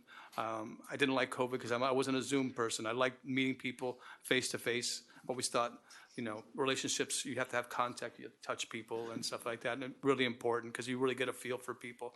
So that's why, but personally, I think the village, like I said, should engage some really, really young people to get their message out, and it'll be more effective. Thank you. Mr. Bracken. Well, as my wife knows, I'm not a huge fan of social media, so I have to say, I thought what Frank said was actually very articulate. The concept of going out and speaking to people every day, whether it's at the yacht club, Mark, or at the beach club, or just getting to know other people in the community, walking down the street. I think that type of interpersonal interaction is really the way that this island has become special. I mean, that's how I vision this community. I see myself as a part of the community, and I enjoy talking to these people. And whether we get along or we don't get along on specific issues, that inner engagement between us as a special community here, we just do that by just nature, and that's how I get my news. Thanks. Thank you. And Ms. Stoner. Well, you can tell why we all get along, because we all feel the same way. None of us are very active in social media. I'm on the chat for the beach club, so I know what's going on at the beach club. I'm on a chat for the yacht club, which is way overactive. But I don't do any other chats. I find them to be an opportunity for people to get something off their chest and not listen to anybody else. Or if you, in the very beginning of Neighbors, I said something to someone and I was barraged with these horrifically horrible statements, and it's not a give and take. It's just easy to get something off your mind and then not have to listen to anybody else. So I am for interpersonal contact, and interpersonal contact is obviously what makes the Key special. That's why we're all here, because we all cherish that. So that's my answer. Thank you. Well, we are at the point in the evening where it is time for our 3-minute closing statements. And as with the opening statements, it's in reverse order from the opening statements. So we're going to start with Mr. Lopez Jenkins. Well, first of all, I'd like to thank everybody in attendance. I'd like to thank Hoost. I'd like to thank the Chamber for putting on this event. I think this really, like I said, embodies our culture here. I think having so many people here engaged, wanting to hear what we have to say. Lord knows nobody wants to hear what I have to say at home. But that being said, it's something that really, I think it gives us all like additional fuel and passion to get out there and talk to you. Because like I said, we're not going to agree on everything. But as you can see, we can sit here, we're civilized, we're going to have disagreements, we'll talk. And, look, I have to be honest with you, I heard some great ideas here that I'm probably going to steal for the future, and I'm not going to give you guys credit for, so that's okay. All right, so that's a yes. So I think, on election day, you guys are going to have to make a decision. There's 3 people here that will be on our new council, and I think, we all have our different skill sets, we all have our different personalities. It's something to determine what kind of team you want to put together to be on the next council. We all kind of touched on most of the major issues that we're dealing with going forward. Like I said, there is a little bit of difference between us, but that doesn't really, when it gets down to it, you really want to have people who I think reflect the best interests of the village. You want people of character, which I think we all are, and just people that'll emulate what you think, and people that are open to new ideas, new suggestions, and new information when it comes about. So you guys know who I want you to vote for, so I'm not going to say that. But once again, I want to thank you. I want to thank the moderator for being here too, and timekeeper, done an excellent job. And thank you. And I can go now. No, I'm just kidding. I'll wait. Thank you, sir. Mr. Freed. I certainly appreciate everyone's time here, and I see you're riveted on your seats waiting for the next kernel of wisdom that's coming from here. This is an honor to be here with such other wonderful candidates. We're all looking for your support. We all want to sit up here to help the community. I didn't add in my intro, just basically background.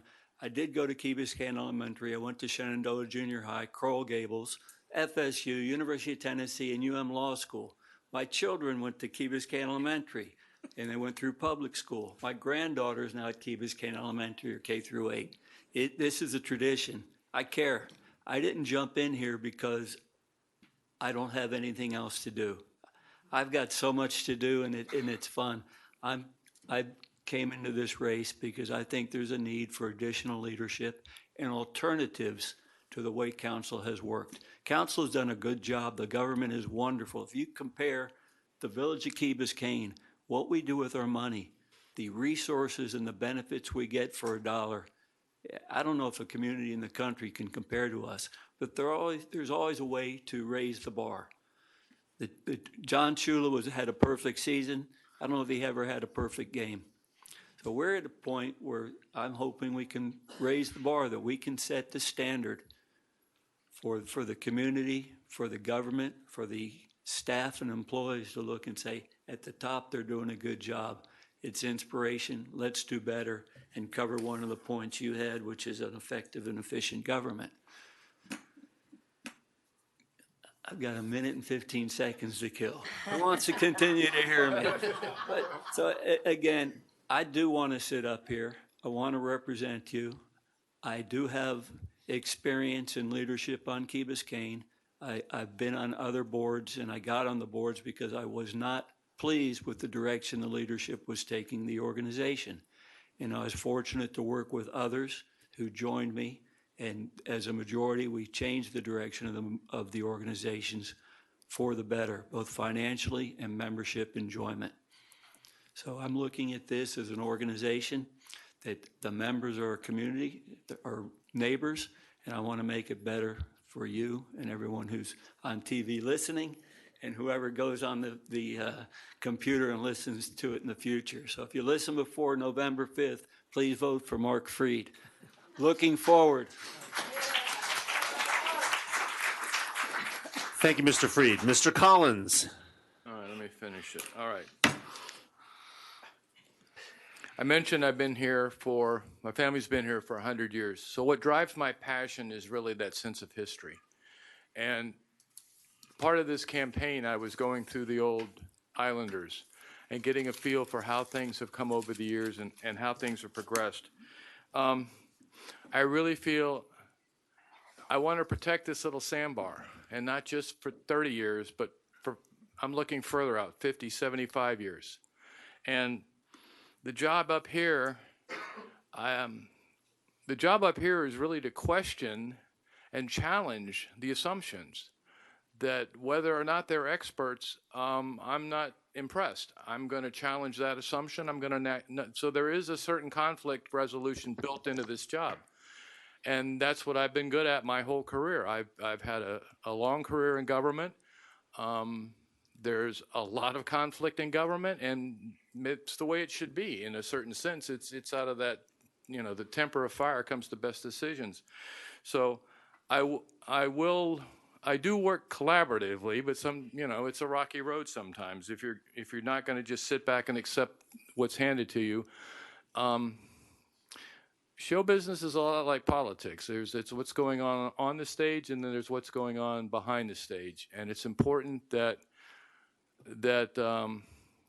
council members realize not only what the issues are, but what went on to form those issues. And that's what takes some experience in government in general. What are we doing? We're doing a resume on, yes, UF, Gator, Florida, Miami, and Miami-Dade. So locally born and bred. Thank you. Miami-Dade one semester. Yeah. No, it was a junior college when I went there, and I was president of the Student Senate. So I've been in politics a long time. Nice. Thank you. Mr. Kaplan. I've been here a while. The way the alphabetizing of seating charts work, this is one of 2 seats I've never sat in before. This is Bobby Gussman's seat. This was where Gary Gross sat. This is where Brett Moss sits now. There's no doubt that this job involves skeptical, dutiful, probing and cross-examination of both experts and administration.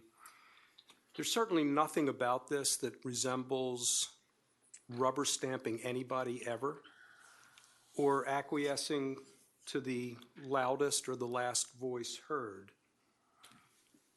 We talked last week at the Ask Club event about the best conception of what this is 7 people with the right background, the right knowledge, the right dedication, the right temperament. But that's where it starts.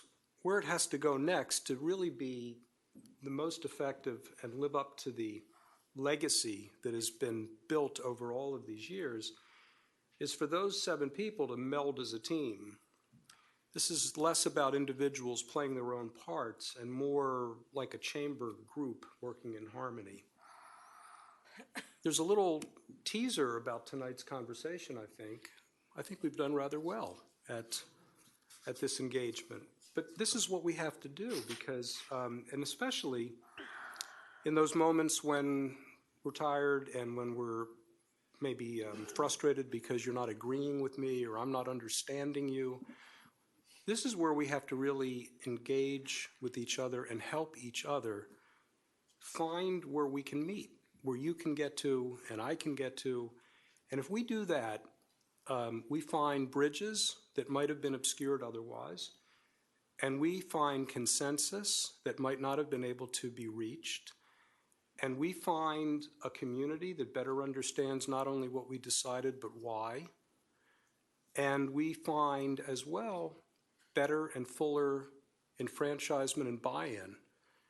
And these are the things that make the difference on the hard things. And probably, by the way, most things are hard. You know, there are real principled differences of opinion on lots and lots of things. So what's our job is to feather out the best result that we can and then be able to explain it and sometimes persuade people that we're right. Thank you, sir.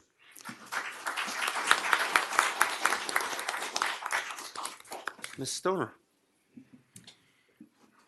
I wasn't planning on telling you this story, but I will because it's important. I was at a Beach Club annual meeting maybe 30 years ago, and every time someone would stand up to speak, they would say, I'm so-and-so, I live here, and I've lived here for X million number of years. So finally, Greg Hahn, I just told him the story. Greg Hahn stood up and said, Greg Hahn, I live it wherever, and I want to know how long I have to have lived here before my opinion counts. So I'm telling you that your opinion and everyone who lives on Key Biscayne, opinion counts. It just happens that we all have lived here a long time, but everyone's opinion counts and contributes to the fabric of our community. I'm open. I've stated my ideas, my preliminary thoughts about things, but as I learn more, and as I hear from people more, I'm open to altering my opinion, learning something new, changing my perspective. This is my promise to all Key Biscayners, that if I'm elected, I will thoroughly study the issues and reach informed decisions. I will do my best to get the most benefit for the best price on all of our improvements and services. I will fight for what I believe is right, and I will do everything that I can to promote and preserve our Key Biscayne lifestyle. I'm a lawyer, I'm a real estate lawyer, a construction lawyer, I'm a trained mediator, so I have been trained in techniques for reaching consensus. So I feel I have the ability to analyze and some skills to bring to the team. I'd like to thank Justo, Vivian, Tatiana, Steve, and our wonderful timekeeper for putting this on. I'd like to thank all of you residents for the time you've invested in listening to us and learning about us. I'd like to, most of all, thank my husband, Joe Downs, who encouraged me to run, my children, my grandchildren for supporting me, and for my 4-year-old grandson who's telling everybody to vote for me. But most of all, I want to express my thanks to all the friends and neighbors who've approached me or written to me supporting my candidacy, and I want you to know that I am truly humbled by your confidence in me. Thank you very much, and please vote for me.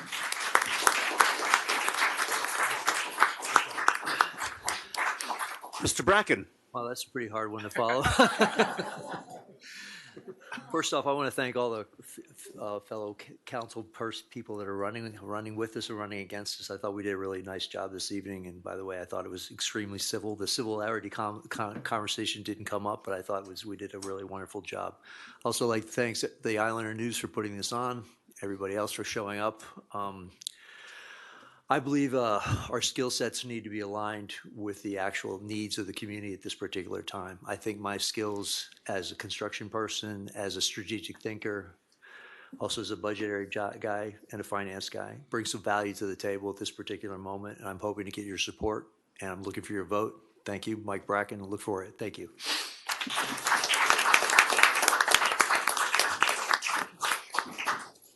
Ladies and gentlemen, the democratic process works when the citizens, all of you here in the room and on TV, and candidates engage in active civil discourse. Thank you, candidates, and to our audience here in the council chambers and on television for participating this evening. Thank you also to those who planned this event. If it looks like it was effortless, it's because great effort went into the planning process. So there are special thanks to Tatiana Cicchetti of the Chamber of Commerce and Vivian Gallego Mendez of the Chamber of Commerce. Did I say it right? To our timekeeper, the amazing Joshua Nix.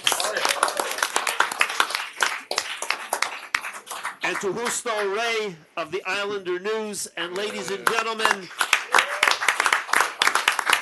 those of you who took the time to come here, there's food. Drive safely, be well. Thank you. Thank you.